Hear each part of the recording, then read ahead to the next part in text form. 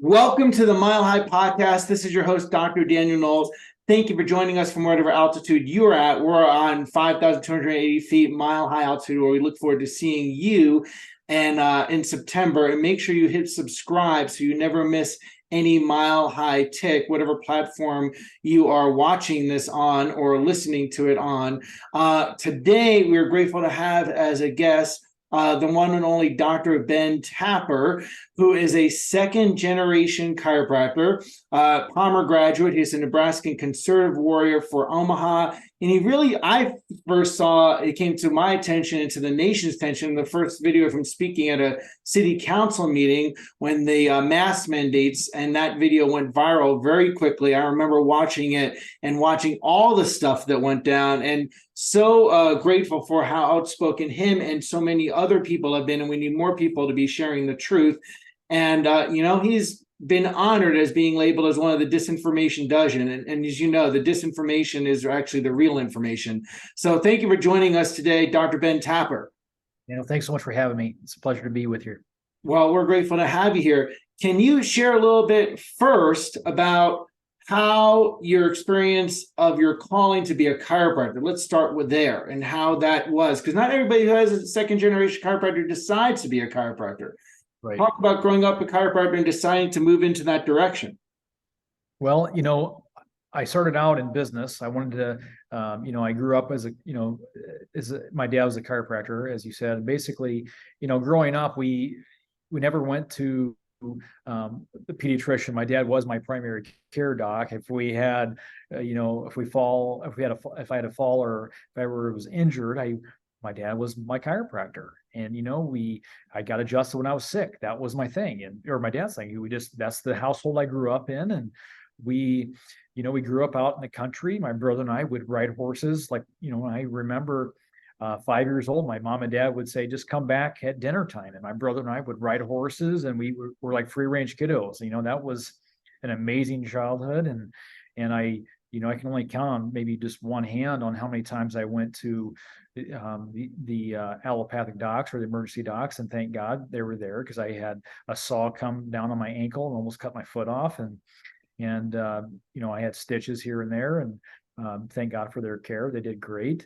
But it was, growing up, my dad was, it wasn't just a neck and back pain type of care. My dad, he instilled in me the philosophy of chiropractic, and it was a way of life.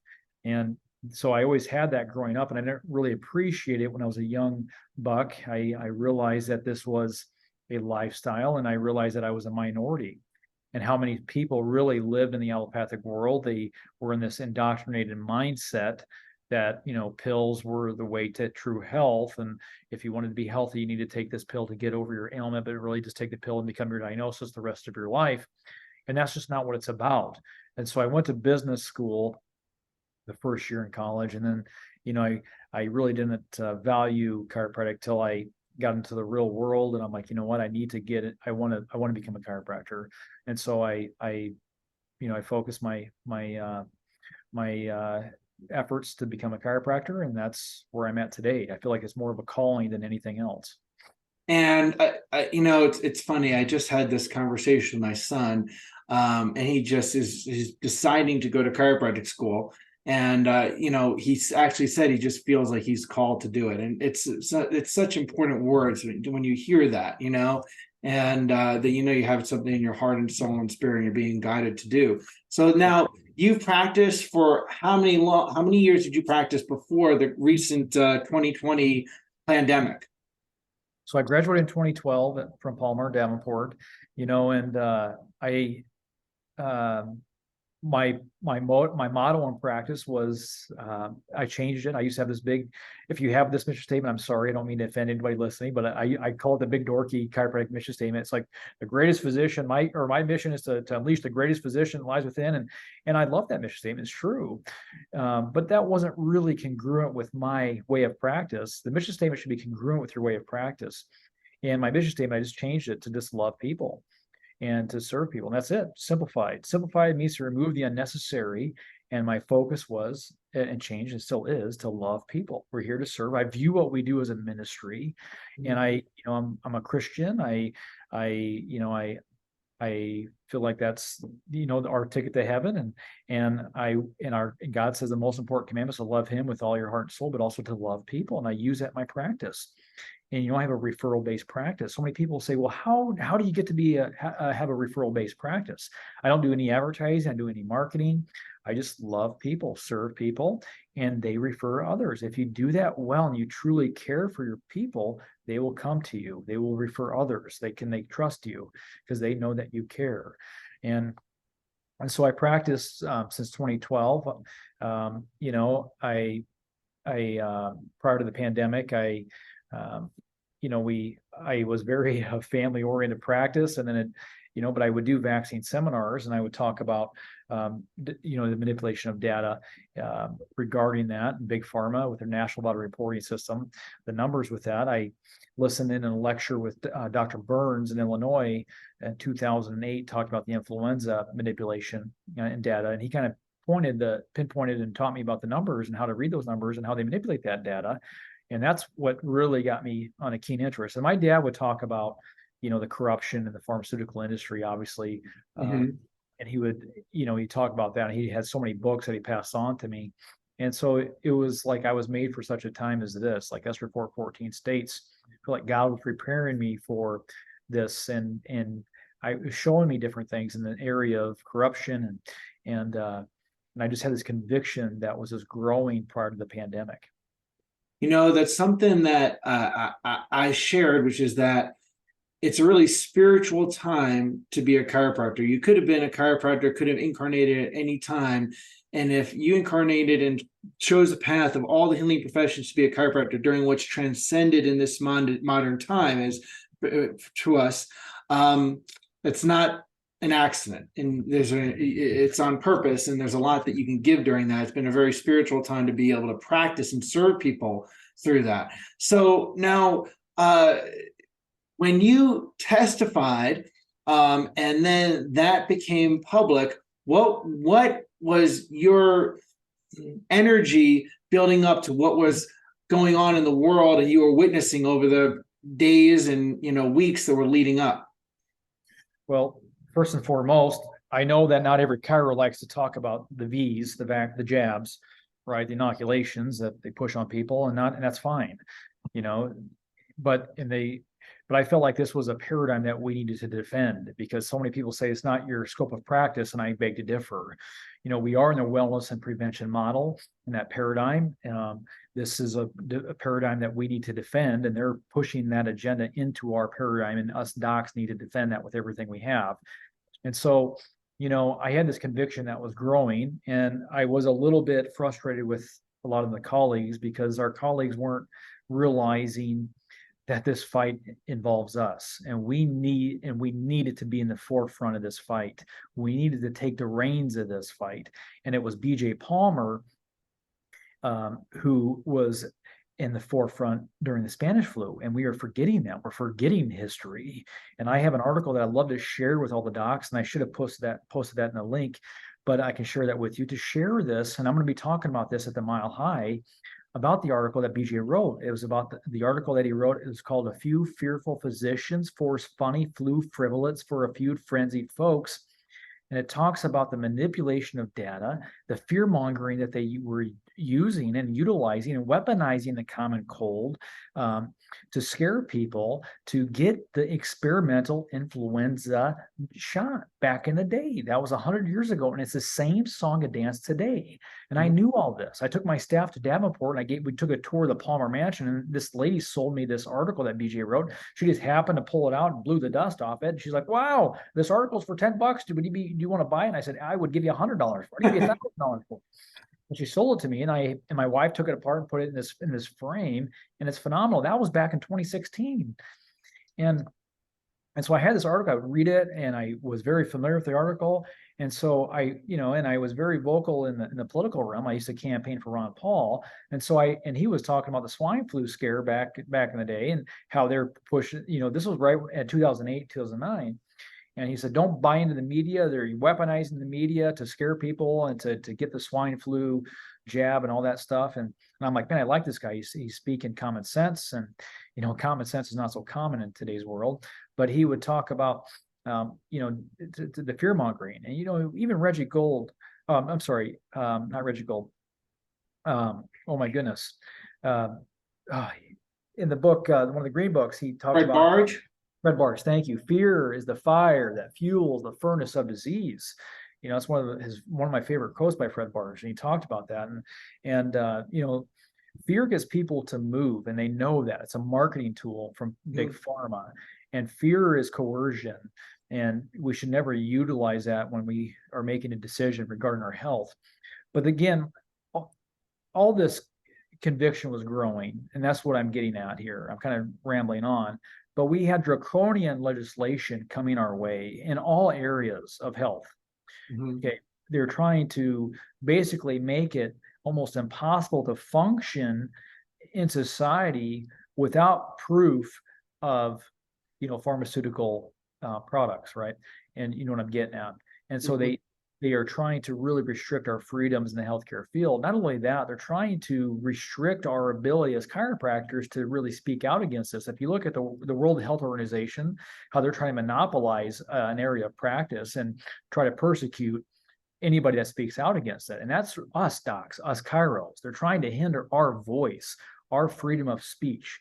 We have 5 freedoms in the First Amendment. We have freedom of speech, freedom of religion, freedom to petition the government, freedom to form an assembly, and freedom of the press. Right now, they hijacked our press. And if we don't have freedom of the press, then deaf and dumb and blind will be led to slaughter. We need to have that freedom of press, freedom of speech. They're hindering our freedom of speech. They deplatformed me 6 times. The president called me out on national television and said I'm killing people. My social media was hitting 3 to 4 million people a month. And then bam, that account got deleted. The backup to that account got deleted, and that backup to the backup got deleted. Wow. So George Martin stated that, when you cut out a man's tongue, you don't prove him a liar, but you are fearful of what he might say. Okay. And so when the pandemic hit, I held a seminar actually prior to the pandemic of 2020. It was in the fall. I had all the legislation, all the bills coming. I had the ACIP, the Advisory Committee on Immunization Practices statement that they cannot force compliance, they cannot force vaccinate, but they can force compliance. That was a statement from the ACIP in 2019. Then the World Health Organization came out with a statement saying that those who question their motives or question the CDC or question or speak out against their narratives, that's a nice way to put it. They said they are the greatest threat to the health of the world. And so now, if you look at the contagion catastrophe, there was a dress rehearsal that they just had in November of last year. If you look at Event 201, is the dress rehearsal for 2020's pandemic. But they had a dress rehearsal then, and they said that anybody that speaks out or gets deemed disinformation, which is myself, they're going to use authoritative powers, any means necessary to silence my voice or any voices that are deemed disinformation. And that's the problem. And so we need to have dialogue in these areas. When they say trust the science, you need to question it, because science is just a tool. It's a mechanistic tool.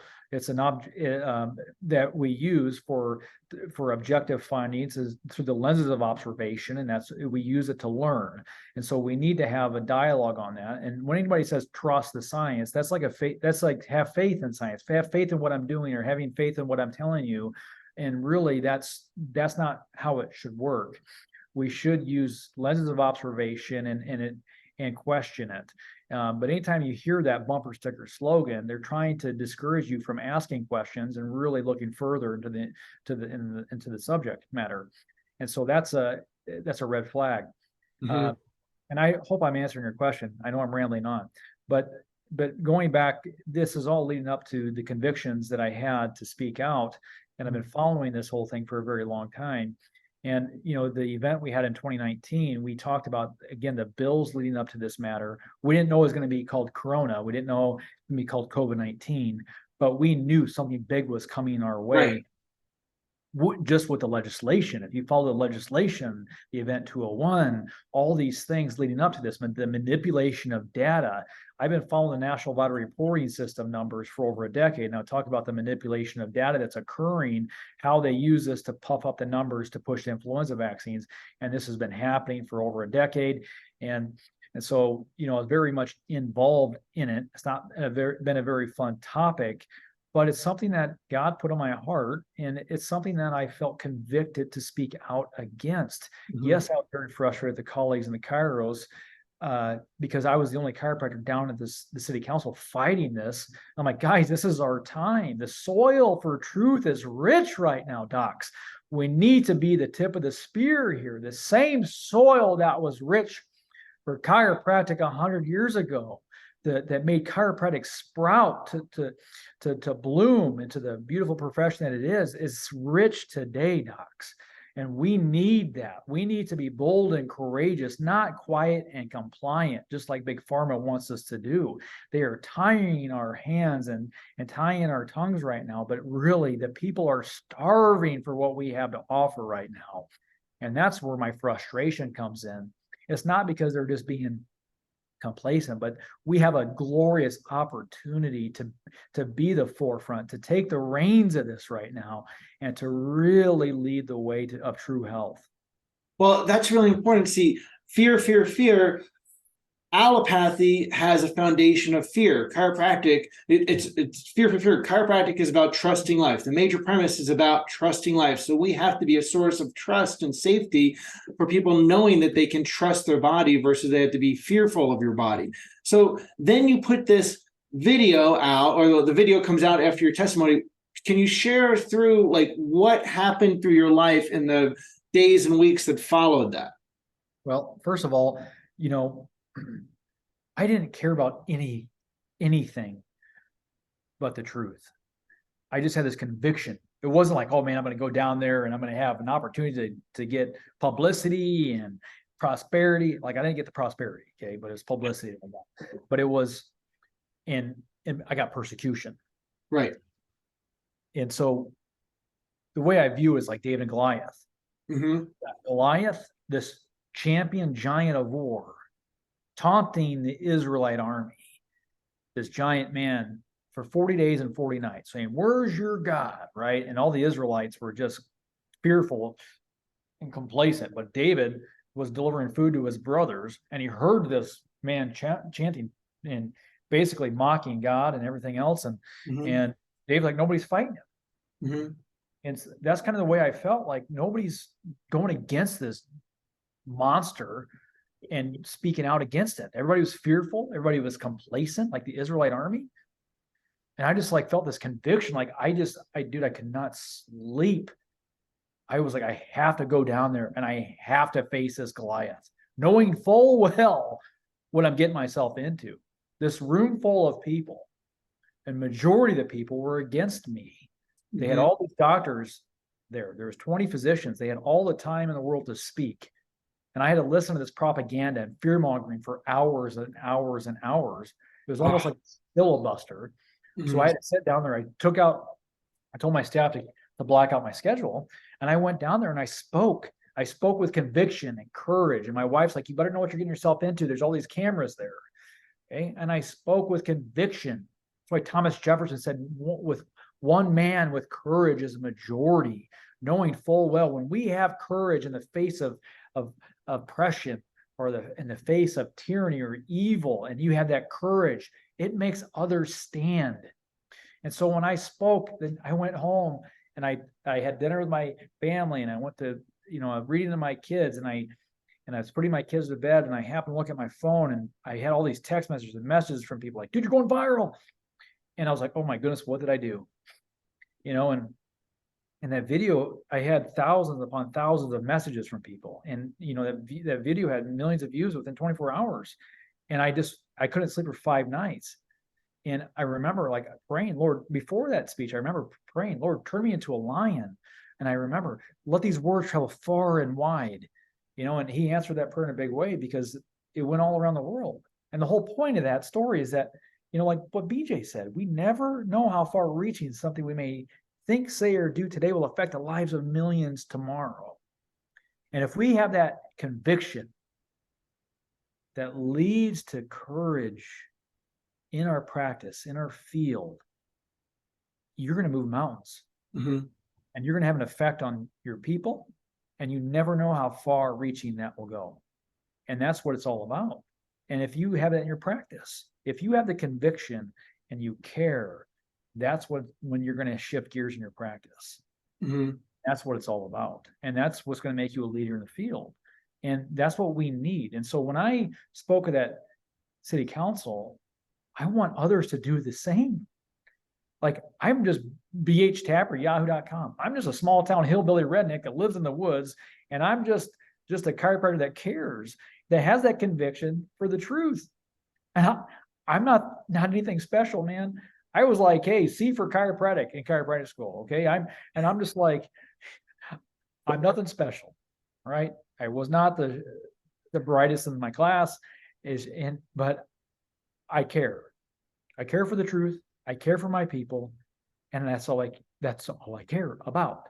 I want the truth out there, and I want people to be well. I want people to see the truth here and know the truth. And I believe that chiropractic is one of the best routes you can go, but also it's bigger than chiropractic. This is for the health, for a stand for true health, a stand for freedom. And this is a global agenda coming after our children's children. That's why we need to stand in the gap. Yes, this is spiritual warfare. Mm-hmm. I mean, they got the Jesus statue and said this vaccine saves. They took out "In God We Trust" at the vaccine summit in 2019, and they put "In vaccines we trust." I mean, this is a golden calf.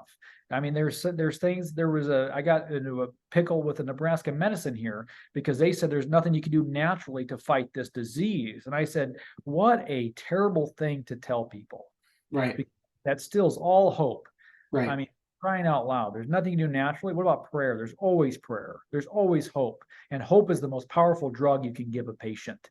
And that's the biggest thing you can do. They just want to funnel everybody into this inoculation, and that's the problem. And that's where I was so convicted about. I'm like, you got to be kidding me. There's always sleep. There's always hope. There's always prayer. There's healthy lifestyle choices, things you can do. Fight for your health. Fight for something. If you just said there's nothing you can do, give me a break.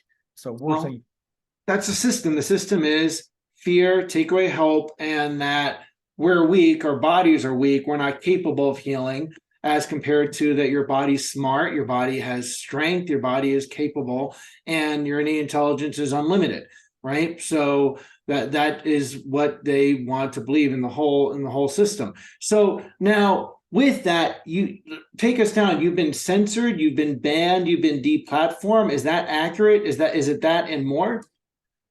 So, I mean, I don't like to talk about all the things that's happened. I mean, obviously there was massive persecution, but it's like, we don't want the negative few ruin the positive many.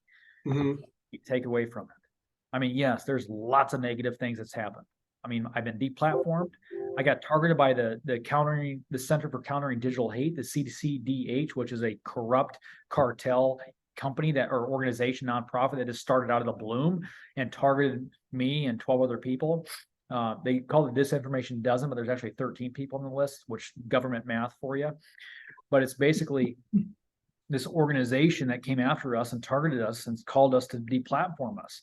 I mean, I had no social media following. Okay, didn't care about the social media following. Didn't care about it until I spoke out, and boom, went viral. I had to create an account on social media, and my account blew up. I mean, it just blew up overnight. And I remember like, oh, look at, what happens if I get 10,000 followers? And all of a sudden, boom, it like blew up to 100,000 followers, and then 150,000. It just kept growing. I'm like, oh my goodness, until the point we were literally reaching 3 to 4 million people a month. It was insane.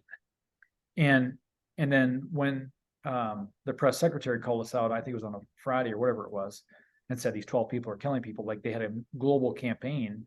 And then they ran our face on mainstream media and said these people are killing people. They need to get them deplatformed. And then Biden called us out. It was like the same day I did an interview with Billy DeMoss. Billy DeMoss was like, dude, sorry for getting deleted. But it was like, but the government or Biden called us out, and then they ran our faces and names on CNN and other mainstream. It was maybe like 2 hours after that account got deleted. And I had, death threats, and I've had my PayPal money was taken, and the accounts were seized and permanently banned off PayPal. I was permanently banned on Twitter, but I got that back. And then Venmo seized their accounts. And I can go on and on. They vandalized my truck. I got threats on my phone. My wife's phone got hacked. My phone got hacked. Yada yada yada. But And again, so that just shows how, your convictions can be more than complacency.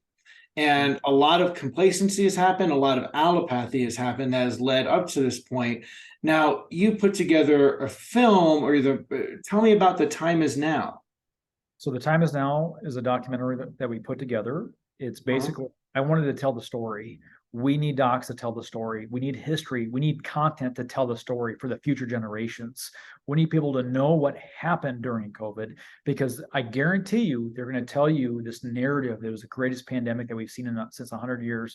They're going to tell this propaganda filled narrative story that's going to be just not the truth. So we need to put out as much documentation that we can for our children's children. So the point of this documentary was to get a piece out that told us the other side of the story, the manipulation of data, the fear-mongering that went on, and also to give hope that we don't need to live in fear. And that's what this documentary is about, to kind of tell the other side of the story. So we put that together. It was all funded by donations, and the guy that came out to help me put that documentary together, he just came into my office one day and shook my hand and said, "Hey, I just support you. I'm into video podcasting," and his wife was a patient of mine. And so a week went by and I just felt convicted to ask his wife and said, "Do you think your husband ever do a documentary?" Well, within an hour later, I get a message from him saying, "Let's do it. I felt called to do this." And so we just, by the grace of God, got the documentary together. I signed on the dotted line, said I'd give him, thousands of dollars in 60 days. I didn't have that money, but it just came in through donations. And not only that, we surpassed that number and we made it happen. But the documentary wasn't as successful as I hoped. It didn't, and what I mean by that, it didn't reach the amount of people I was hoping for it would. But again, we were so silenced and censored. The week of launching that film, obviously we got deplatformed a week prior on my other, like my fourth or fifth account on Instagram. That account had I think 80,000 followers or 90,000, and then bam, it got wiped out probably a week prior to the film being released. So that hurt the film greatly. Facebook, I was in a 60-day ban on Facebook, so I couldn't share, post anything. So we had to reach out to other people. We could still use Messenger. So we're like, please share, post this. When Venmo and PayPal deleted our accounts, we lost one of our email lists on that account. We still had our, MailChimp, but then the week prior, MailChimp stopped. They said we were in violation on MailChimp. And so that was very frustrating. So they were working against us. But the film can still be seen at, if you go to the timeisnow.movie, thetimeisnow.movie. And so this is why too, we're also in a lawsuit. We're kind of fighting back the best we can. I was at a Defeat the Mandates speaking at that event in LA last year, and we had dinner with Bobby Kennedy, and he asked me to be a plaintiff in his lawsuit. And so we're suing the TNI, the Trust and News Initiative. We're trying to fight back here, and I feel like that's the best way we can. We have to take it to the courts, and just to protect our rights and freedoms here, because again, this affects all of us. This is bigger. Absolutely. This is bigger than our office. This is bigger than, our day-to-day. This affects literally our children's here, and it affects true health. It affects our freedoms. And Benjamin Rush, he was a signer of the Declaration of Independence, and I've said this 100 times, but he stated that we must put medical freedom into the Constitution, because the time will come when medicine will organize into an undercover dictatorship to restrict the art of healing to one class of men, and that time is now. Hence the name of the film, The Time Is Now. So docs, if you're listening, I pray this encourages you, because we need to understand that the time is now, that the soil is rich for chiropractic. The soil for the truth is rich, and the people are starving for it. I got to ask you, what is the next step for people? What would you like to see chiropractors do? There's a lot that has happened, and people need to know what direction to share their voice. Well, you mentioned, and I say this all the time too, convictions over complacency. taking the path of the least resistance is what makes men and rivers crooked. Mm-hmm. So many docs I would talk to some of my close friends, I knew full well they believed what I believed. They would pat me on the back when I would see them, say, "Man, support what you're doing," but they were not with me in the trenches. Right. And I would say, "What are you doing, Doc? You support me, but your actions speak differently." Right? So we need integrity. That's when your actions line up with your words, and your words line up with your actions. So we need integrity, we need to be bold, and we need to have that conviction that's greater than our complacency. Martin Luther King Jr. stated that the ultimate measure of a man is not where he stands in times of comfort and convenience, but where he stands in times of challenge and controversy. Conformity, even the Bible speaks out against conformity. God wants us to conform to him and his word and be more like him.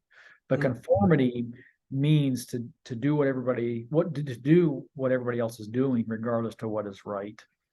And the opposite of conformity is not cowardice, but it's really the opposite the opposite of courageous.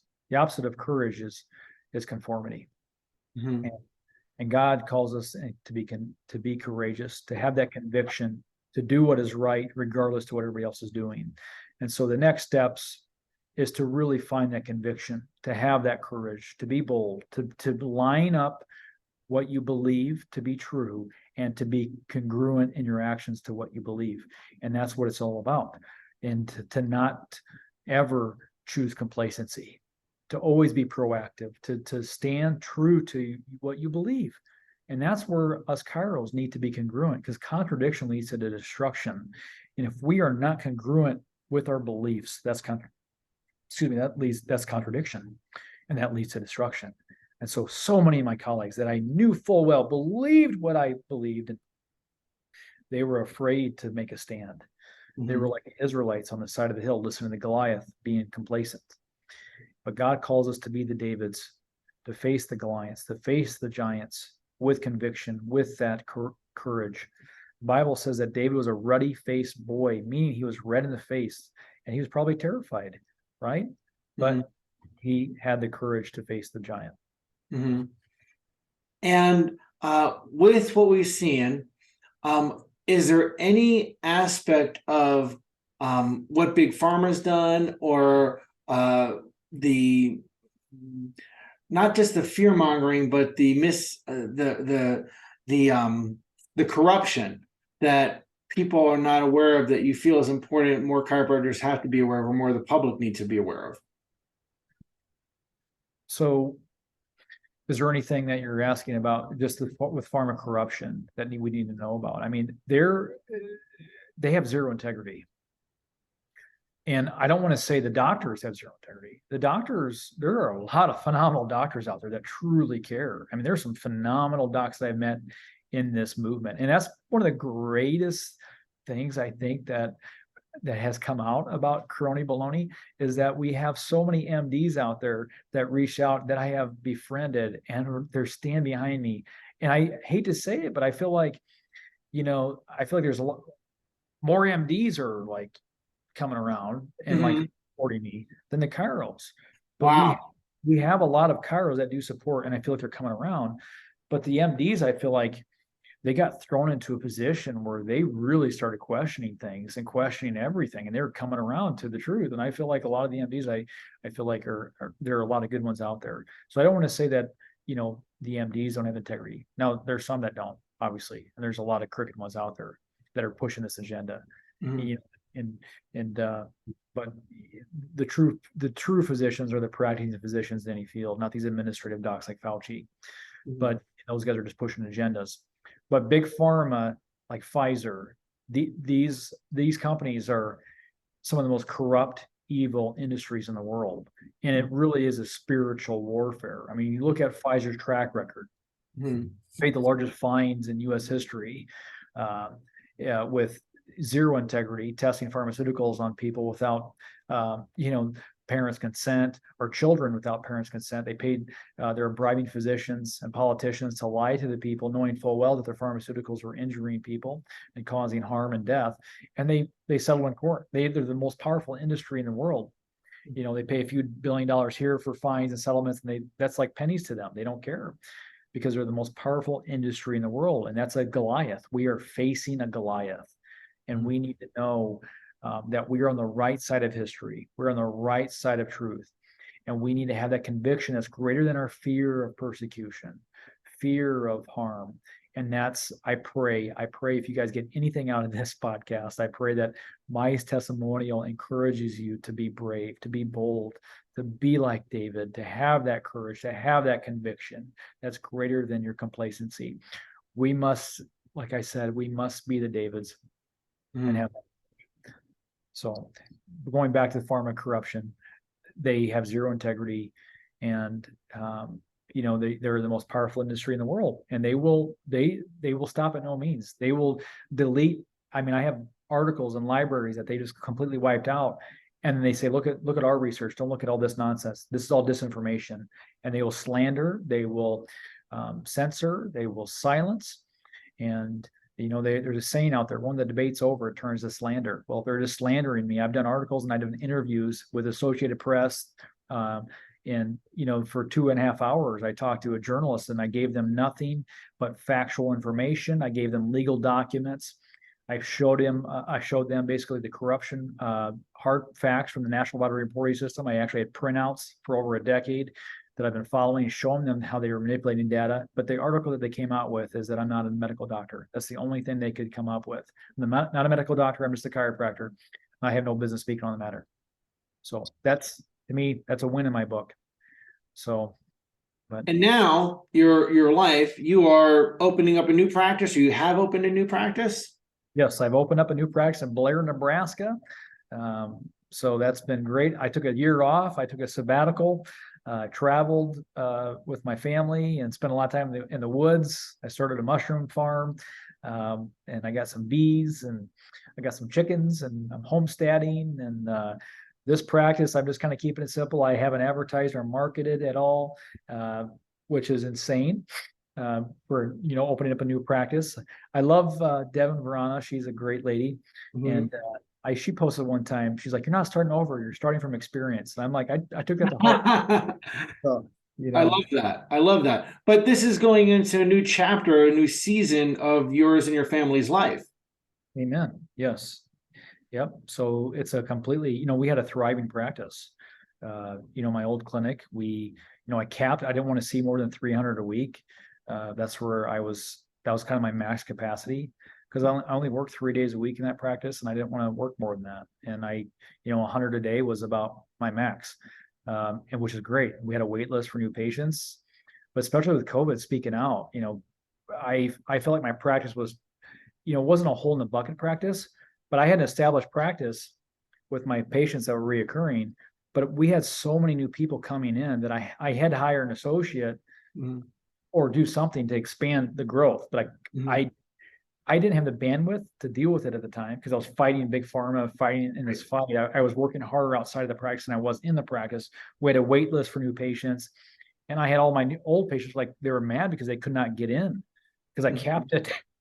And it probably wasn't managed as well as it should have been, but because we had just an influx of so many new people, and which was great. And I'm not saying that to brag. I'm saying that again, when you speak out with conviction and courage and really make a stand, people want to see you. I didn't wear a mask in my office. I didn't put stickers or anything on my doors or anything like that. And when people came in, they're like, "Man, I love coming here." They said it was like a normal place. And now it's the crazy thing. We just did what we were normally doing. We just, we didn't follow the regulations, and by their standards, I was in many violations. I was in violation of all their regulations. And that poses the question: how many people do I have to see, and how many people do I have to lay my hands on? How many violations do I have to be in before the whole contagion claim is mathematically impossible? So very true. So very true. And I love that you're sharing this message that people have to be convicted and be leading this shift of consciousness towards trusting their bodies, towards trusting life, and also understanding that they don't have to give in to fear. Amen, brother. Amen. Right? Amen. So now people can still see the Time Is Now movie? Yes. Yep. They can still see it. And you don't have to put your email in. That's a little side note. You can just click the X if you don't want to email capture. There's an email capture. If you want to subscribe to us, you can. We are starting possibly a new documentary. We are in the talk of that to kind of keep telling the story. But you can just X out of the box and hit play twice, and the movie will play. And and if you feel like donating, you can donate. That's going to help us get our another film up and running, because it takes a lot of money, a lot of effort to get those rolling. But we would love. I'm going to highly encourage people that on this podcast, we'll put it in the email and the blog post with it, that people go to the movie and watch it and also donate. Absolutely. Because, I've been in places where I'm fighting and I feel like you're fighting alone. So we don't want that to be you by any means. You need to have the support, and the leadership that you've shown as you've been a trailblazer in this medical freedom movement. And, we can only have so much impact alone. We have much more impact if we stand together as chiropractors. Amen, brother. Amen. Absolutely. Is there any last thing that you'd like to share with the Mile High audience? You mentioned that we need to stand together, right? That reminds me of there's a verse out there that the triple braided cord is much stronger together, right? Mm-hmm. So, when we're by ourselves, I feel like that's what the enemy wants. He wants us to make us feel alone, that we are just abandoned on an island by ourselves fighting this fight. And I can tell you that's what it felt like too for the longest time. But chiropractors, like, this is our time. We need to stand together. When I spoke at that city council meeting, yes, that video went viral, and I'm not saying that to brag. I'm saying that to encourage you, because you can do the same thing. I feel like God was giving me these visions. One was a polystrate fossil. That's a fossilized tree in the rock layers. Now, whatever you want to think of that, that's fine. But I feel like God was saying, you need to gather the other polystrate fossils. It's the fossilized tree that's in the rock layers, that's perpendicular to the rock layers. And God's like, this is proof that I flooded the earth. But those pillars, those trees are resembling pillars of truth. Those rock layers resemble the masses, all the lies that people are believing. Those trees are there to be pillars of truth, and you need to be the pillar of truth and gather the other pillars to stand your ground and be solidified in me like stone, and be there in the midst of the lies.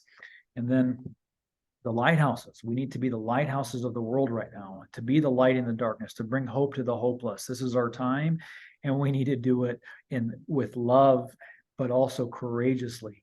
And that's what it's all about. And if you do that, I guarantee, docs, I guarantee you will be successful.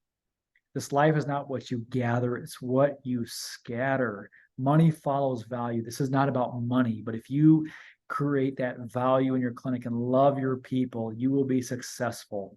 And I promise you that in all areas of life. So that's my message. I hope that I instilled hope in you and encourage you to do the same, to be courageous. So God bless you. I'm hearing hope. I'm hearing love. I'm hearing trust.